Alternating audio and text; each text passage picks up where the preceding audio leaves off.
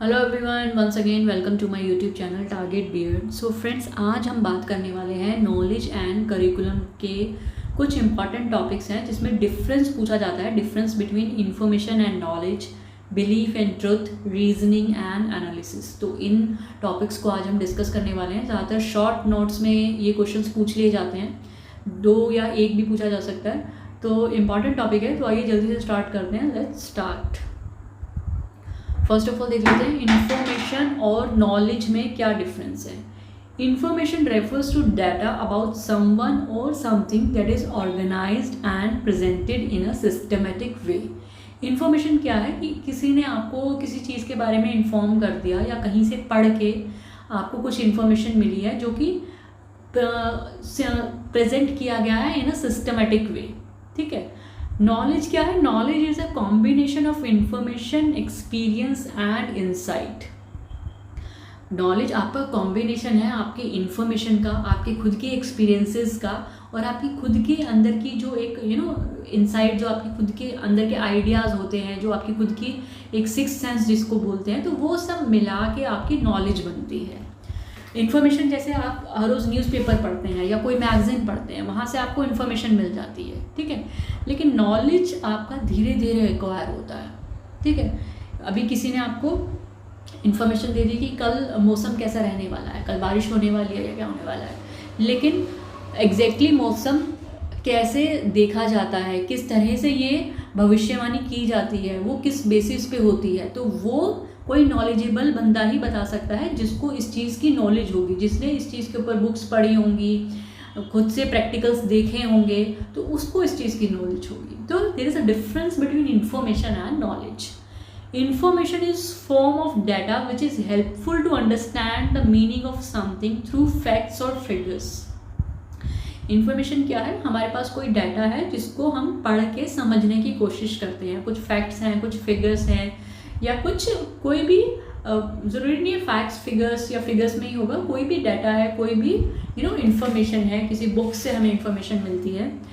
But knowledge refers to the awareness और understanding on the subject acquired from education और experiences of a person. जो हमें understanding मिलती है, इन डेप्थ अंडरस्टैंडिंग। हमने इंफॉर्मेशन पढ़ लिया, उसके बाद हम और ज़्यादा एनालिसिस करेंगे और डीप हम चीज़ों को पढ़ेंगे, हम किसी से पूछेंगे, डिस्कशन करेंगे, प्रैक्टिकल्स करेंगे, तो धीरे धीरे जो हम एक्वायर कर रहे हैं यहाँ वहाँ से, अपनी सोसाइटी से नॉलेज एक्वायर कर रहे हैं अपने एक्सपीरियंसेस से, वो बुक्स से भी हो सकती है, वो किसी भी मीडिया से भी हो सकती है, अपने टीचर्स से भी हो सकती है, तो सब चीज़ें मिल के धीरे धीरे हमारे अंदर नॉलेज गेन होने लगती है। Not all information is knowledge. Her information आपका नॉलेज नहीं बनता है। अब 10 दिन पहले आपने न्यूज़पेपर में क्या पढ़ा था आपको याद नहीं होगा। ठीक है। लेकिन किसी चीज़ की अगर आपको नॉलेज है तो वो आपको ज़िंदगी भर याद रहेगी। Whereas all knowledge is information. ठीक है। हर नॉलेज इंफॉर्मेशन है। आपको जो भी नॉलेज है आप उसको किसी को बता सकते हो, किसी को इन्फॉर्म कर सकते हो, किसी को समझा सकते हो। So we can say that all knowledge is information, but all information is not knowledge. The transfer of information is simple or straightforward through internet, television, people, etc. ठीक है। जो कि आपकी जो इंफॉर्मेशन है वो आप कहीं से भी ले सकते हो, इंटरनेट से ले सकते हो, टीवी से ले सकते हो, न्यूज़पेपर से ले सकते हो। While the transfer of knowledge is hard in comparison of information as it requires learning. ठीक है।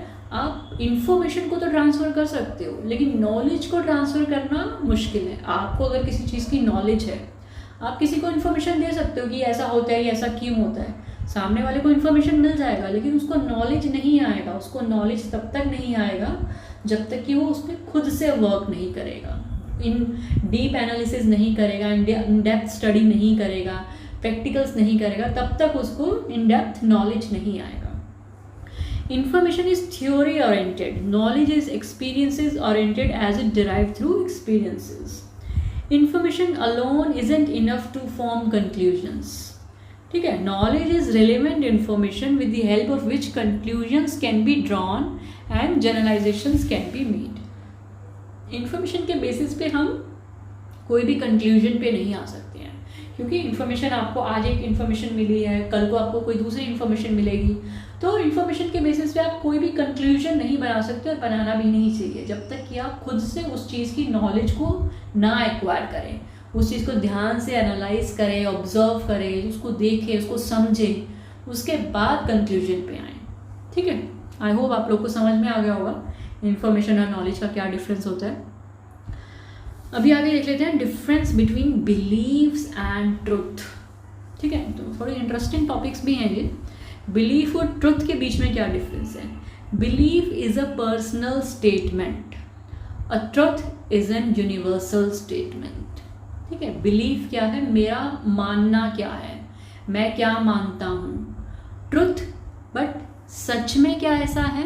क्या तुम जो मानते हो क्या सच में ऐसा है? वो है ट्रुथ। ठीक है, मान्यता एक अलग चीज़ है और सच में क्या वो चीज़ है कि नहीं, वो ट्रुथ एक अलग चीज़ है। ठीक है, belief it is subjective and personal. ठीक है, मेरी खुद की ओपिनियन है। ठीक है, मेरी खुद की मान्यता है, मेरी खुद की फीलिंग्स हैं। Truth it is objective and it is universal. ठीक है, ट्रुथ तो आपका यूनिवर्सल है ना, वो तो आपका ऑब्जेक्टिव है। बिलीव्स जो कि हैं वो पर्सनल हैं और सब्जेक्टिव हैं, जो कि चेंज हो सकते हैं। It is a state of mind in which a subject रफली regards a thing to be true. ठीक है, जो भी हम मानते हैं उसको हम अपनी तरफ से तो सच ही मान के चलते हैं ना, कि मेरा ये कुछ भी, जैसे कस्टम्स हो गए, कस्टम्स को हम फॉलो करते आ रहे हैं। कुछ कस्टम्स होते हैं, कुछ सुपरस्टिशंस भी होते हैं, लेकिन जो लोग उसको मानते हैं उनको लगता है कि नहीं वो सच है। ठीक है, बिल्ली रास्ता काट गई तो वो एक सुपरस्टिशियस है, लेकिन कुछ लोग जो मानते हैं उनका बिलीफ है कि नहीं, वो उनके लिए वो सच है कि नहीं कुछ अशुभ होगा अगर हम जाएंगे तो, है ना। अगर किसी ने छींक दिया तो आप घर से बाहर नहीं जाएंगे, तो वो उनका बिलीफ है। बट क्या सच में ऐसा होता है, वो एक अलग चीज़ है। ठीक है, truth is same for all, it does not varies from person to person. ठीक है, ट्रुथ तो आपका सेम ही रहेगा ना, वो चेंज नहीं होगा। कल भी वही था, वो आज भी वही रहेगा। It is belief is based on acceptance, faith and opinion. आपकी क्या भावनाएं हैं, आपकी क्या ओपिनियन है, आपकी क्या आप किस चीज़ को मानते हो, उस चीज़ पे बिलीफ है। लेकिन truth is based on facts and realities. Beliefs are often not verified by any objective method. ठीक है, बिलीव्स ज़्यादातर वेरीफाई नहीं होते, वो सिर्फ मान्यता है हमारी, सदियों से चली आ रही है, इसलिए हम भी मान रहे हैं, तो वो उस पर बेसिस होते हैं। Truth are generally based on proven और वेरीफाइड फैक्ट्स। ट्रुथ जनरली आपके वेरीफाइड होते हैं, जैसे कोई आपके लॉज हैं या कोई साइंटिफिक एक्सपेरिमेंट्स हैं या यूनिवर्सल जितने भी लॉज हैं, वो आपके सारे प्रूवन फैक्ट्स हैं। अभी देख लेते हैं last, reasoning and analysis. Reasoning क्या है? Reasoning is the process by which you reach a conclusion after thinking about all the facts. ठीक है, रीजनिंग क्या है? जब आप कोई भी डिस्कशन करते हैं तो आप उनके कुछ रीजंस देते हैं, रीजनिंग करते हैं। ठीक है, उसके बाद रीजनिंग का हमारा मतलब क्या होता है कि रीजनिंग के बाद हम एक कंक्लूजन पे आते हैं। ठीक है, किसी भी चीज़ को डिस्कशंस करने के बाद, रीजनिंग करने के बाद, उसके बाद हम एक कंक्लूजन्स पे आते हैं। Analysis is the process of breaking a complex topic or substance into smaller parts in order to gain a better understanding. ठीक है, रीजनिंग आपका कंक्लूजन के लिए किया जाता है, एनालिसिस आपका मेनली कंक्लूजन पे नहीं आता है। एनालिसिस आपका किस लिए किया जाता है? किसी चीज़ को, कोई बड़ी चीज़ है, कोई कॉम्प्लेक्स चीज़ है, उसको आप ब्रेक करके छोटे छोटे पार्ट्स को अलग से एनालाइज करते हो, उसको समझने की कोशिश करते हो किसी चीज़ को, उसको आप इन डेप्थ एनालिसिस करते हो। रीजनिंग हम किसी चीज़ को अगर हम करते हैं तो हम उसका रीज़न देते हैं, हम ऐसा क्यों कर रहे हैं। ठीक है, हम रीज़न देते हैं, तो रीजनिंग दिया जाता है किसी चीज़ की कंक्लूजन के लिए। ठीक है, reasoning is a process which we frequently use in our day to day life. जैसा कि मैंने बताया कि रीजनिंग तो हम डे टू डे लाइफ में भी करते हैं, कोई हम चीज़ कर रहे हैं, कुछ भी कर रहे हैं, उसके लिए हम रीजंस देते हैं। ठीक है, तो वो हमारा अपना रीज़न है, पर्सनल भी हो सकता है, वो आपका स्टडी से रिलेटेड भी हो सकता है। तो reasoning is a process which we frequently use in our day to day life, और जो कि ज़्यादातर कंक्लूजन्स पे बेस होता है।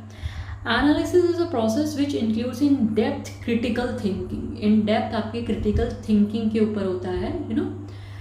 उसके बाद reasoning is used in expressing our opinions, ठीक है। कोई भी डिबेट्स होती हैं, डिस्कशंस होती हैं, उसमें लास्ट में कुछ ना कुछ कंक्लूजन तो निकलता है ना, तो उसके अंदर क्या होता है, रीजनिंग ही होती है।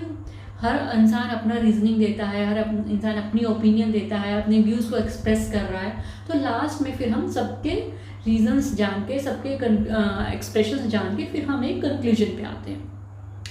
Analysis is usually done to examine something deeply. Analysis हम करते हैं किसी भी चीज़ को इन डीप एग्जामिन करने के लिए कि ऐसा हुआ तो ऐसा क्यों हुआ, इसके ना होने के क्या कारण थे, होने के क्या कारण थे, इन डेप्थ एनालिसिस करते हैं किसी चीज़ का।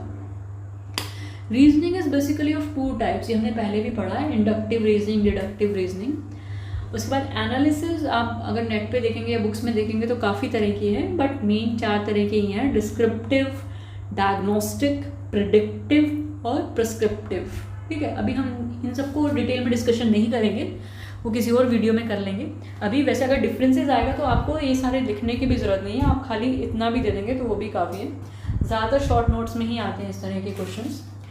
तो फिर ये आपका आई थिंक फिनिश हो गया है वीडियो। अभी जल्दी मिलेंगे एक नए वीडियो के साथ, तब तक की अपनी तैयारी करते रहिए क्योंकि एग्ज़ाम का नोटिस कभी भी आ सकता है। तो have a nice day, good bye.